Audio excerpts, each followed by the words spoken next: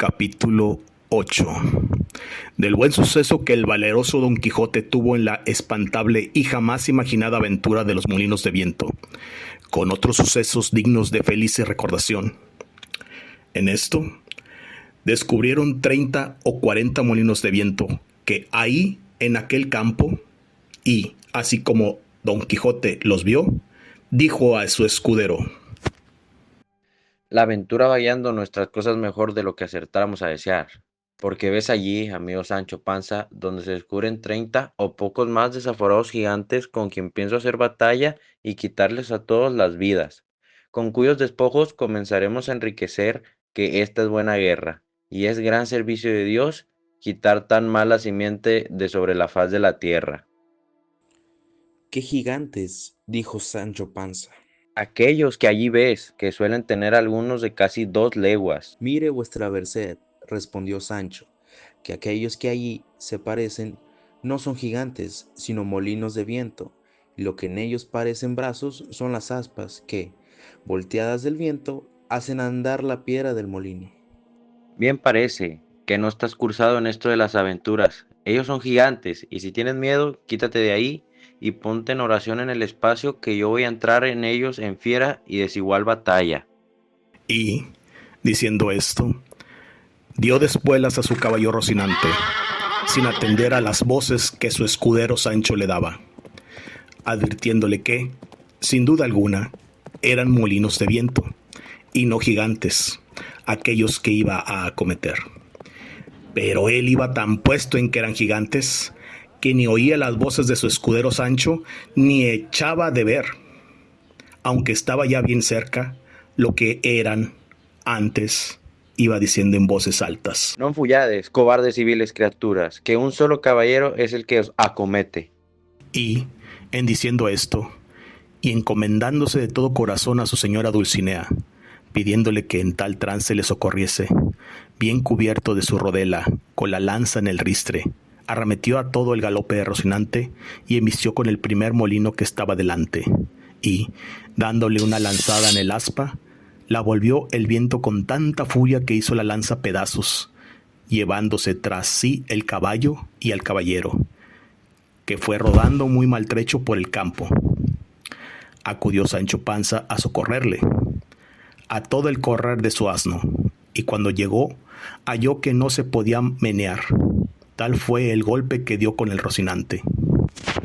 Válgame Dios, dijo Sancho, ¿no le dije yo a vuestra merced que mirase bien lo que hacía? Que no eran sino molinos de viento, y no lo podía ignorar, sino quien llevase otros tales en la cabeza. Calla, amigo Sancho, que las cosas de la guerra más que otras están sujetas a continua mudanza. Cuanto más que yo pienso, y es así verdad, que aquel sabio Frestón que me robó el aposento y los libros ha vuelto estos gigantes en molinos por quitarme la gloria de su vencimiento. Tal es la enemistad que me tiene, mas al cabo, han de perder poco sus malas artes contra la bondad de mi espada. Dios lo haga como puede, respondió Sancho Panza. Y, ayudándole a levantar, tornó a subir sobre Rocinante, que medio despaldado estaba, y, hablándole en la pasada aventura, siguieron el camino del puerto. Lápice, porque allí decía Don Quijote que no era posible dejar de hallarse muchas y diversas aventuras, por ser lugar muy pasajero, sino que iba muy pesaroso por haberle faltado la lanza, y, diciéndoselo a su escudero, le dijo: Yo me acuerdo haber leído un caballero español llamado Diego Pérez de Vargas, habiéndosele en una batalla roto la espada, desgajó de una encina un pesado ramo o tronco, y con él hizo tales cosas aquel día, y machacó tantos moros que le quedó por sobrenombre Machuca. Y así él es como sus descendientes se llamaron. Desde aquel día en adelante, Vargas y Machuca, te he dicho esto porque de la primera encina o roble que se me pare, pienso desgojar otro tronco y tan bueno como aquel, que me imagino y pienso hacer con él tales hazañas, que tú me tengas por bien afortunado de haber mencionado venir de ellas, y hacer testigo de cosas que apenas podrán ser creídas.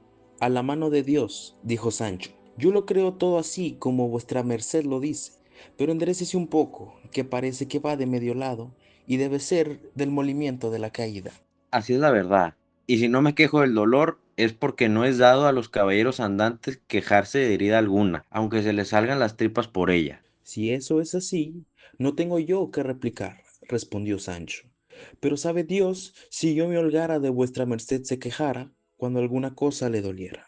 De mí sé decir que me he de quejar del más pequeño dolor que tenga. Si ya no se entiende tan bien con los escuderos de los caballeros andantes eso del quejarse.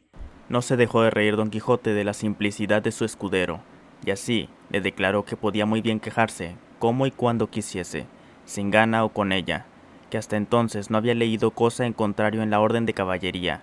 Díjole Sancho que mirase que era hora de comer. Respondióle su amo que por entonces no le hacía menester, que comiese él cuando se le antojase. Con esta licencia se acomodó Sancho lo mejor que pudo sobre su jumento, y, sacando de las alforjas lo que en ellas había puesto, iba caminando y comiendo detrás de su amo muy de su espacio, y de cuando en cuando empinaba la bota, con tanto gusto que le pudiera envidiar el más regalado bodegonero de Málaga, y, en tanto que él iba de aquella manera menudeando tragos, no se le acordaba de ninguna promesa que su amo le hubiese hecho, ni tenía por ningún trabajo, sino por mucho descanso, andar buscando las aventuras, por peligrosas que fuesen. En resolución, aquella noche la pasaron entre unos árboles, y del uno de ellos desgajó Don Quijote un ramo seco que casi le podía servir de lanza, y puso en él el hierro que quitó de la que se le había quebrado. Toda aquella noche no durmió Don Quijote, pensando en su señora Dulcinea, por acomodarse a lo que había leído en sus libros, cuando los caballeros pasaban sin dormir muchas noches en las florestas y despoblados, entretenidos con las memorias de sus señoras. No lo pasó así Sancho Panza, que como tenía el estómago lleno, y no de agua de chicoria, de un sueño se la llevó toda, y no fueran parte para despertarle si su amo no lo llamara, los rayos del sol que le daban en el rostro, ni el canto de las aves que muchas y muy regocijadamente la venida del nuevo día saludaban.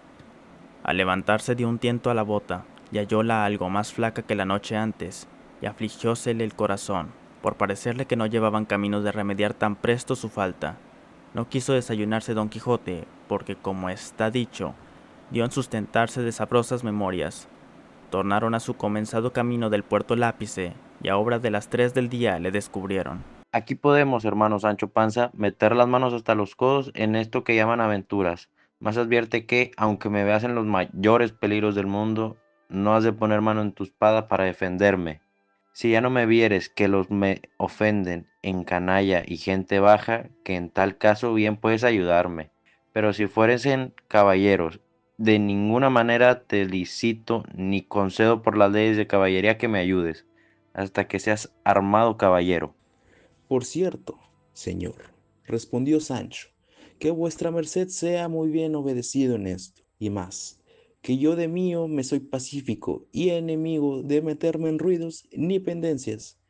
Bien es verdad que, en lo que tocaría defender mi persona, no tendré mucha cuenta con esas leyes, pues las divinas y humanas permiten que cada uno se defienda de quien quisiese agraviarle.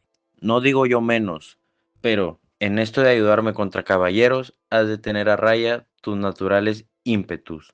Digo que así lo haré, respondió Sancho, y que guardaré ese precepto también como el día del domingo. Estando en estas razones, asomaron por el camino 2 frailes de la orden de San Benito, caballeros sobre 2 dromedarios que no eran más pequeñas 2 mulas en que venían. Traían sus antojos de camino y sus quitasoles. Detrás de ellos venía un coche, con 4 o 5 de a caballo que le acompañaban y 2 mozos de mulas a pie. Venía en el coche, como después se supo, una señora vizcaína que iba a Sevilla, donde estaba su marido, que pasaba a las Indias con un muy honroso cargo. No venían los frailes con ella, aunque iban el mismo camino, mas apenas los divisó Don Quijote cuando dijo a su escudero: O yo me engaño, o esta ha de ser la más famosa aventura que se haya visto.